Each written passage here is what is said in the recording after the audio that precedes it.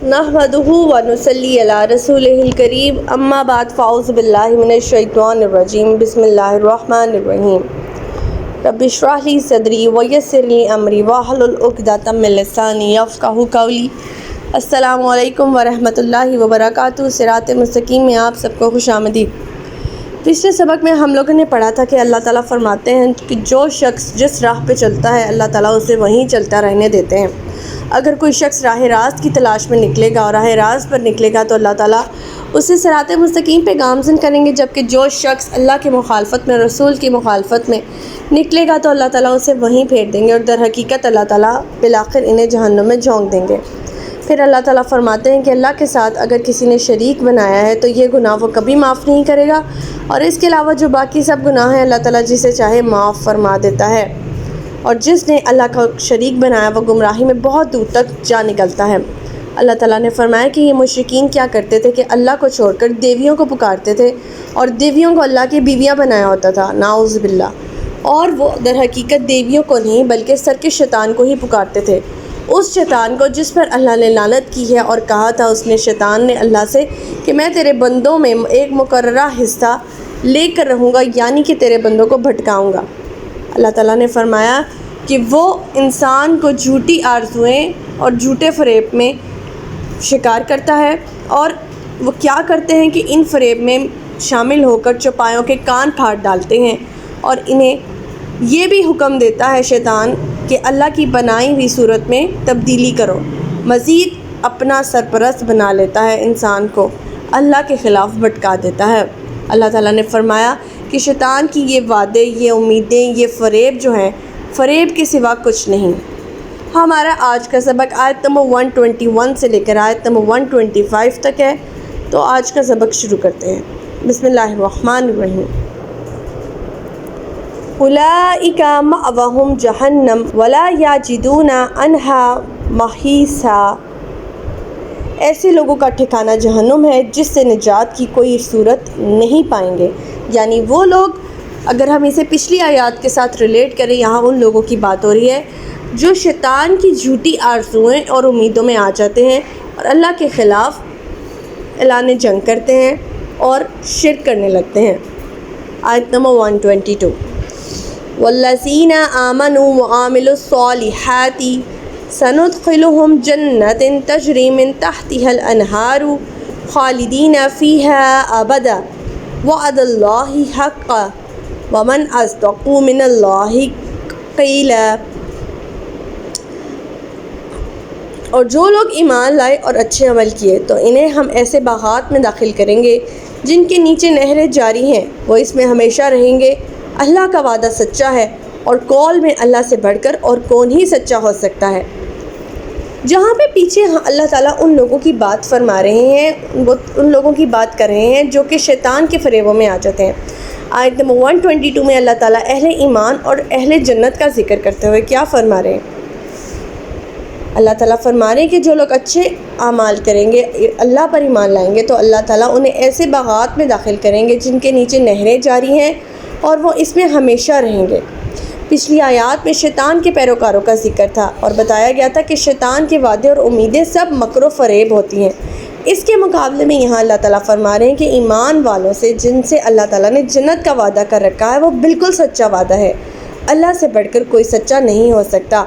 लोगों के अमाल के अच्छे और बुरे नताइज इसने जो इत्तला दी है और जन्नत और दोज़ख के जो हालात बतलाए हैं वो सब इनकी नज़रों के सामने होंगे। ज़मान और मकान की रुकावटें तो हमारे लिए हैं और जन्नत और दोज़ख हमारे लिए तो गैब ही हैं, लेकिन अल्लाह ताला ने क्योंकि ये बातें कही हैं तो अल्लाह से ज़्यादा सच्चा कोई नहीं हो सकता। आयत नंबर 123। लैसा बिअमानिय्यिकुम वला अमानिय्यि अहलिल किताबि मन यअमल सूअन युज्ज़ा बिही वला यजिद लहू मिन दूनिल्लाहि वलिय्यन वला नसीरा। निजात का दारोमदार ना तुम्हारी आरज़ुओं पर है और ना अहले किताब की आरज़ुओं पर। जो भी बुरे काम करेगा इसकी सज़ा पाएगा और अल्लाह के सिवा किसी को अपना हामी और मददगार ना पाएगा। अब शैतान की उन राहों का अल्लाह ताला यहाँ ज़िक्र कर रहे हैं जिसने इंसान को गुमराह कर रखा है। سستی نجات کے طریقے اور ان کا عقائد۔ جیسے یہود کہتے تھے کہ ہمیں تو جہنم کی آگ چھو نہیں سکتی، ہم انبیاء کی اولاد ہیں، ہم اللہ کے چہیتے ہیں، ہم اللہ کے بیٹے ہیں۔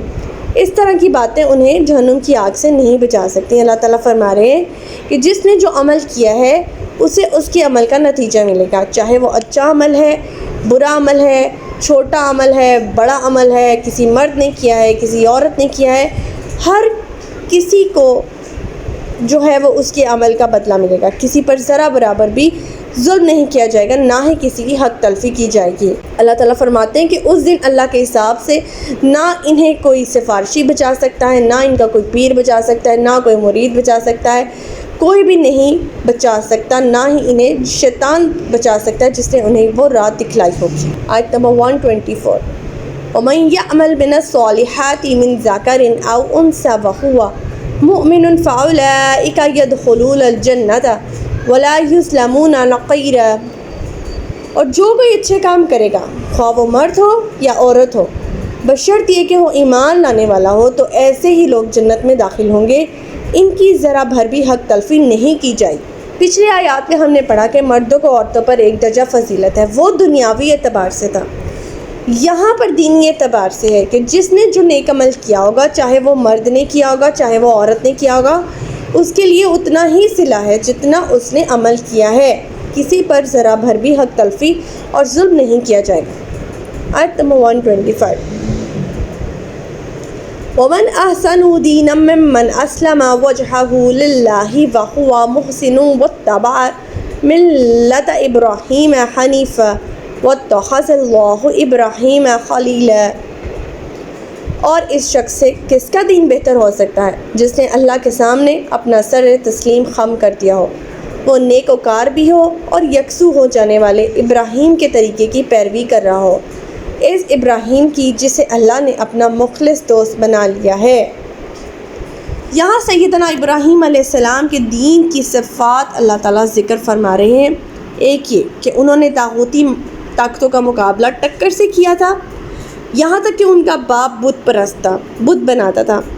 نمرود کی خدائی کا انکار کیا کیونکہ انہوں نے اپنے وقت کی تمام طاغوتی طاقتوں سے ٹکر لی، ساری آزمائشوں پہ پورا اترے، لہٰذا وہ حنیف کہلائے۔ حنیف کا مطلب ہے ایک رخ مسلم، توحید پرست اور بہت ہی اوپر کے لیول کا توحید پرست۔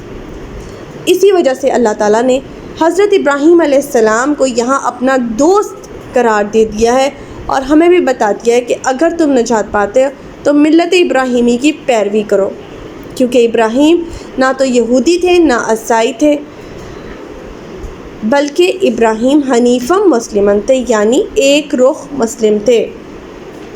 ابراہیم علیہ السلام کے دین کے جو اہم جز ہیں ان میں کیا ہے؟